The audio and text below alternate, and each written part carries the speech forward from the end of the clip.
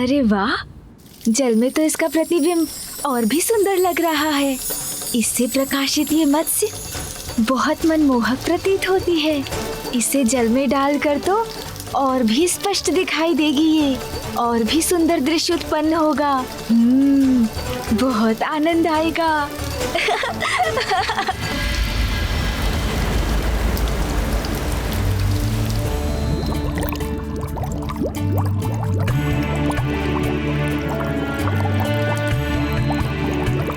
समुद्र देव, क्या आप ये अनमोल मोती देवी पार्वती और उनके पुत्र को उपहार स्वरूप भेंट करेंगे? हाँ मंत्री जी, मैं स्वयं कैलाश लेकर जाऊंगा इन्हें।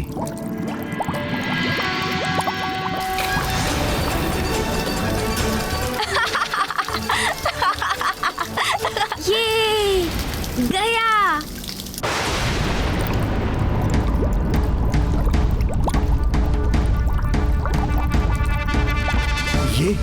ये अकस्मात क्या हो रहा है? मेरे जल में ये कैसी हलचल हो रही है? और ये प्रकाश कैसा है?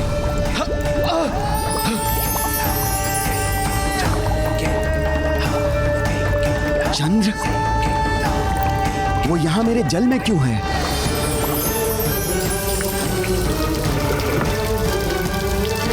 चंद्रमा के प्रकाश से ही मेरे नेत्र चकाचौंध हो रहे हैं।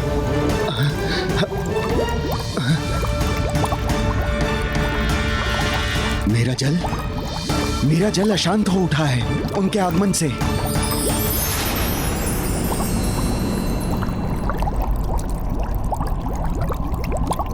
अब पुनः सब शांत हो चुका है।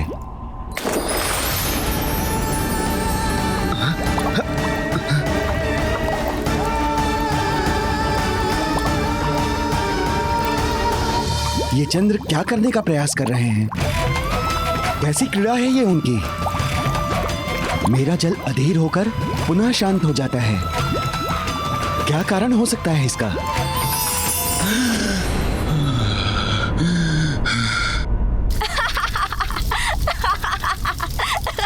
मुक्त करो मुझे, मुक्त करो।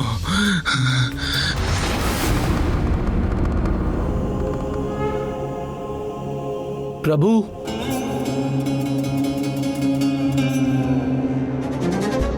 प्रणाम प्रभु। नंदी, कहो क्या बात है? क्या हुआ है? प्रभु, चंद्रशेखर शेखर चंद्र नहीं है।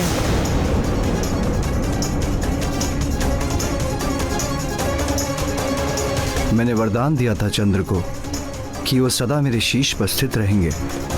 फिर वो मेरे शीश से कहाँ चले गए? कौन हटा सकता है उन्हें वहां से? क्या हुआ ब्रह्मदेव, आप इतने शांत क्यों हो गए? मैं प्रत्यक्ष खड़ा हूं आपके समक्ष और पूछ रहा हूं आपसे, क्या ये सत्य है? क्या कैलाश पर महादेव और देवी पार्वती के पुत्र का जन्म हुआ है? इस असुर में इतना साहस कहां से आ गया कि ब्रह्मलोक में आकर ब्रह्मदेव से ही इतनी दुष्टता से बात कर रहा है?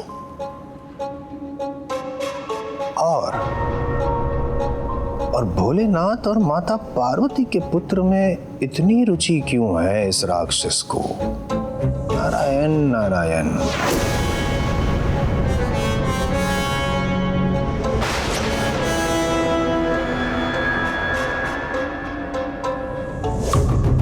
किंतु ये कैसे संभव है? महादेव ने तो वचन दिया था देवताओं को, उनके और देवी पार्वती के संयोग से उन्हें कोई संतान नहीं होगी। यदा यदा हि धर्मस्य ग्लानिर्भवति भारतः अभ्युत्थानम् अधर्मस्य तदात्मानं सृजाम्यहम् परित्राणाय साधूनां विनाशाय च दुष्कृतां धर्म संस्थापनार्थाय संभवामि युगे युगे।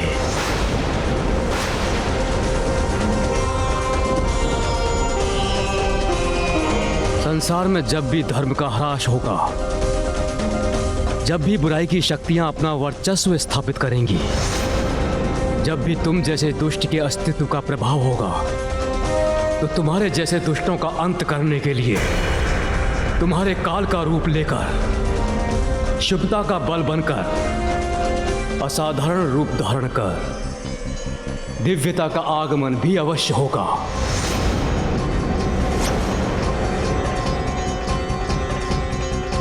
कैलाश में महादेव और देवी पार्वती के पुत्र के रूप में जिसका जन्म हुआ है, वो ही तुम्हारा अंत करेगा सिंदूरा।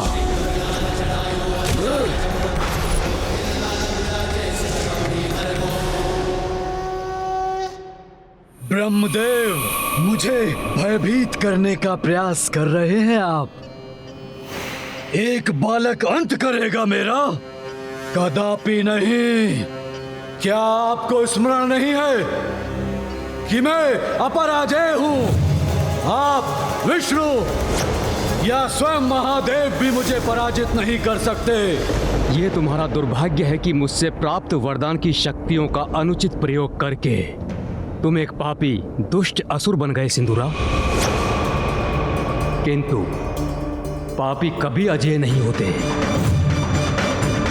ये ज्ञात होते हुए भी तुम अपने कुकृत्यों में लिप्त हो।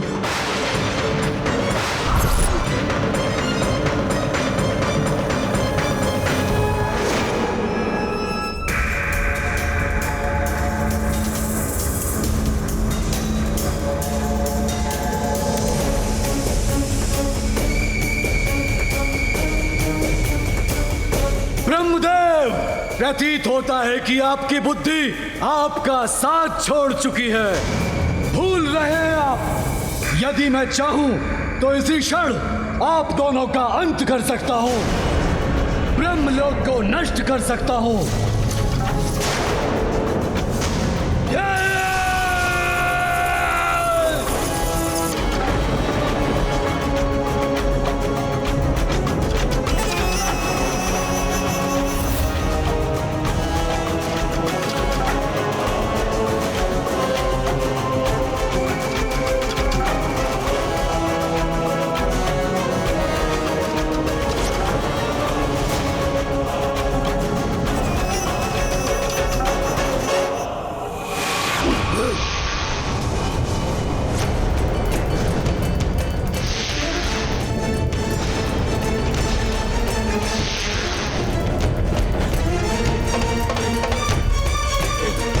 सिंदूरा, बहुत हुई तुम्हारी धृष्टता। सृष्टि के रचयिता ब्रह्मदेव का अपमान करने का दुस्साहस कैसे किया तुमने? देवी,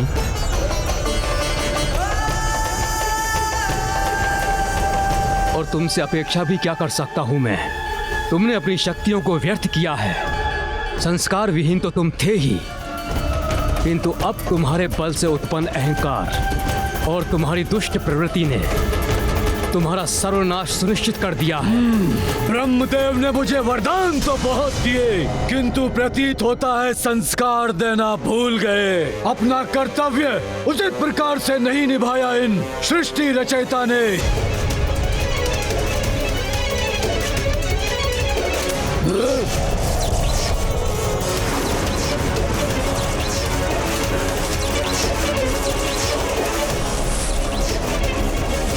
बहुत हुआ ये प्रलाप। अब मैं उस बालक का वध करूंगा। सिंदूरा का अंत कोई नहीं कर सकता, कोई नहीं। उस बालक का अंत कर आपके ब्रह्मलोक को नष्ट करने के लिए शीघ्र लौटूंगा मैं। अजय तो आपने ही मुझे बनाया है ब्रह्मदेव, तो मेरे पराक्रम के परिणाम का सामना करने में कैसा संकोच पिताश्री।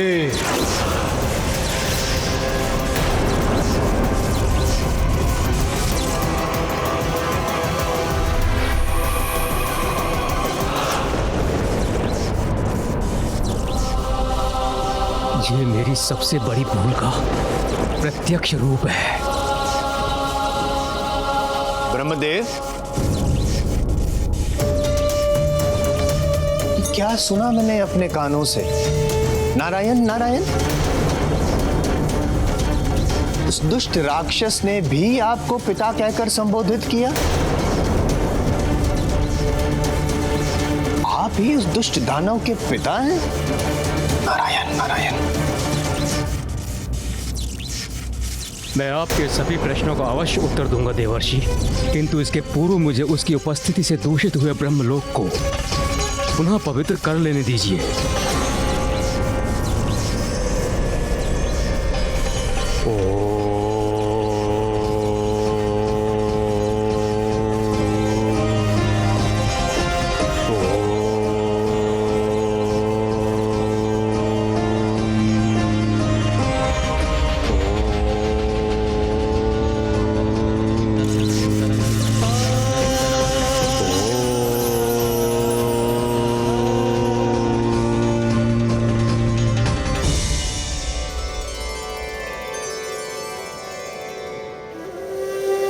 अब मैं आपके प्रश्नों का उत्तर देने के लिए प्रस्तुत हूं देवर्षि।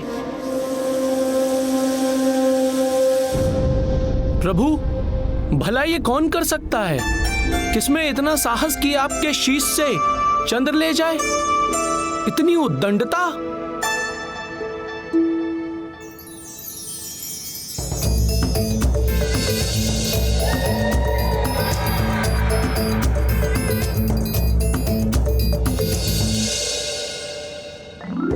अवश्य मेरा पुत्र ही चंद्र को ले गया होगा।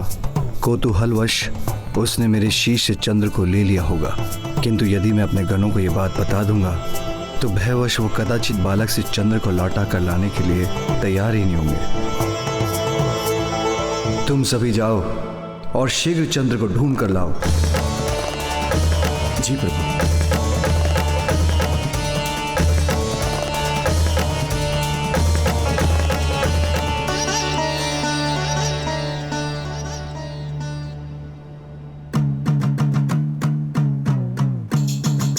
माँ तो तंदलमा कहीं भी दिखाई नहीं देने।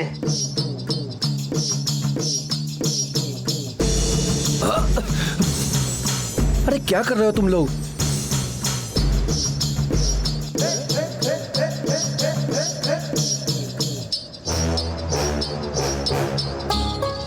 और ये तुम लोग ऊपर क्या देख रहे हो?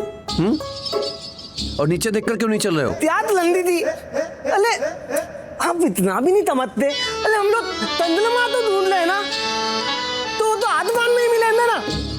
नीचे ढूंढो भाई, ढूंढो। इसको समझाना और इन गणों को समझाना असंभव है। मैं आगे ढूंढता हूं।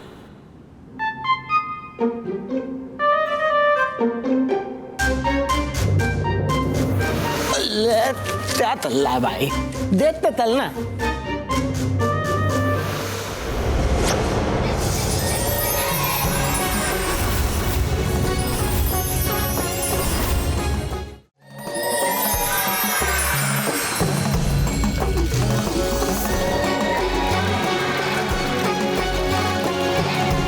चंद्र यहाँ इस बालक के पास है।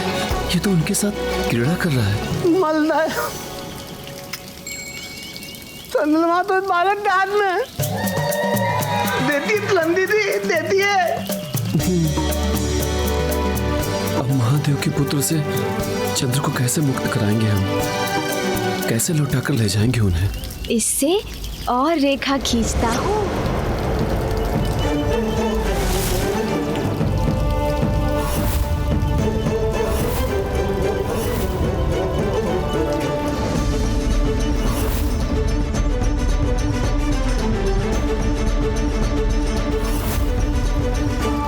फिर से रेखा खींच रहा है। नहीं श्रृंगी, इसे छेड़ना उचित नहीं।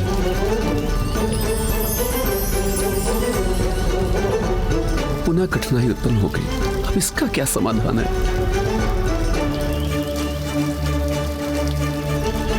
अन्य कोई गण भी इसकी ओर नहीं बढ़ेगा, किंतु प्रभु के आदेश का उल्लंघन भी ना हो, साहस जुटा के मैं ही आगे बढ़ता हूं। ये सुंदर है।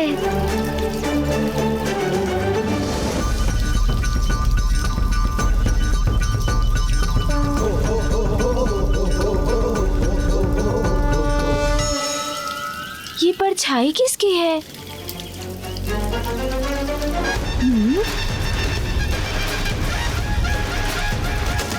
कौन है?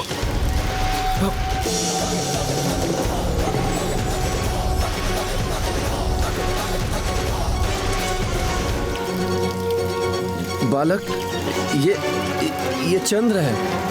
इसके साथ तुम क्रीड़ा नहीं कर सकते हो। अब इसे मुझे लौटा दो। हाँ, लौटा दो। महातेजस्वी और शक्तिशाली हूँ मैं। मेरा ये अस्त्र जिससे मैं सभी दुष्टों का अंत करूँगा, इसे मैं किसी को नहीं लौटाऊंगा।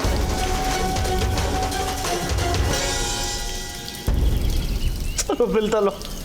अरे तलो, अरे तोतला हम रसोई घर में नहीं है, अभी हम बालक के समक्ष हैं। तलो बालक ते तमत्ते तिले तो तेजाऊं। चलो चित्तो आते।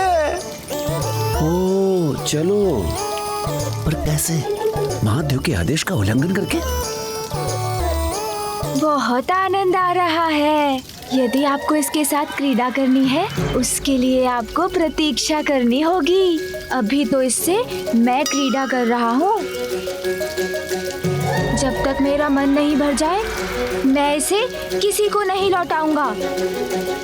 देखिए ना, मैं अभी आपको कुछ दिखाता हूँ।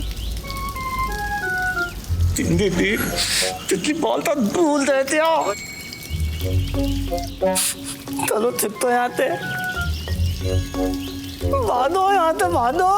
अरे तोतला, कौन सी तितली और किसके बाल? हम यहाँ इसके हाथ में चंद्र की बात कर रहे हैं और एक आप है कि... अरे नहीं श्रृंगी जी, ये कह रहे हैं कि पिछली बार भूल गए क्या, इस बालक से उलझने का क्या परिणाम हुआ था?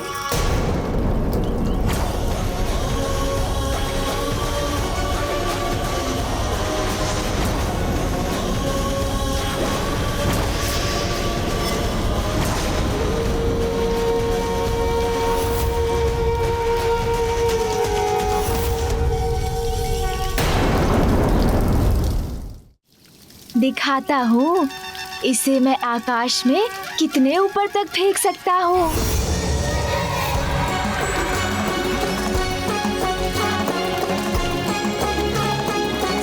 देखिए।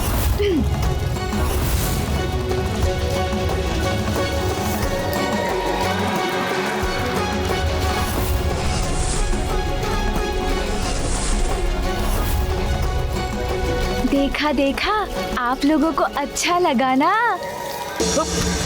भागो।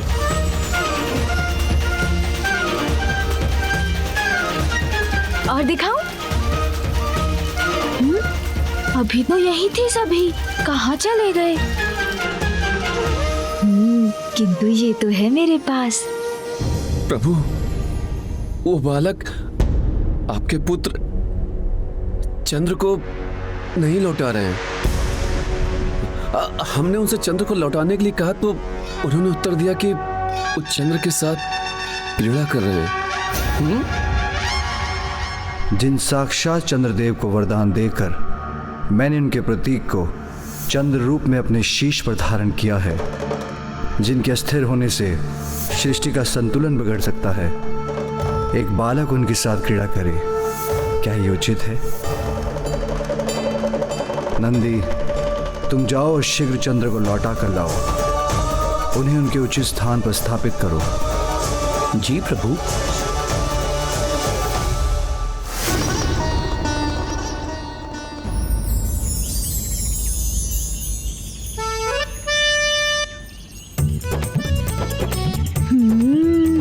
मुझे तो इस क्रीड़ा में बहुत आनंद आ रहा है। इसे पुनः उछालकर देखता हूँ।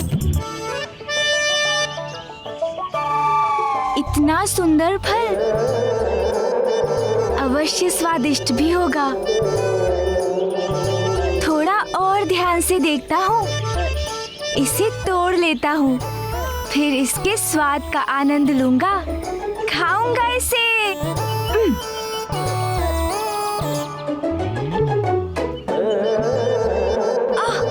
ऊंचाई पर लटका है, मेरी पकड़ में ही नहीं आ रहा।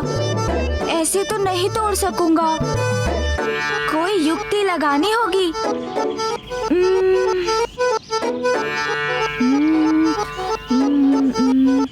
इस दंड से सहायता प्राप्त हो सकती है मुझे।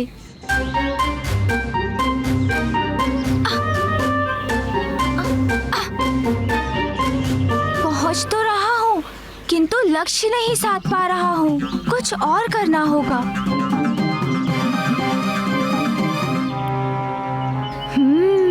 अपने दोनों हाथों का प्रयोग करता हूँ।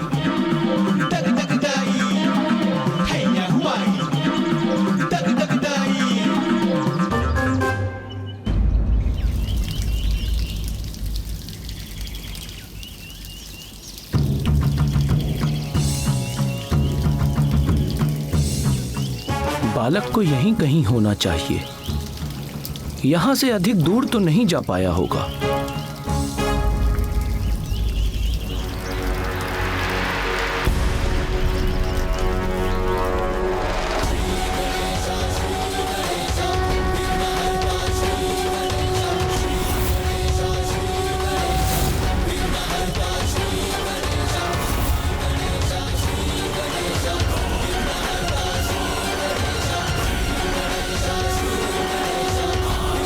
पिछली बार इन्होंने दंड उठाया था तो हमारी बुरी दशा कर दी थी।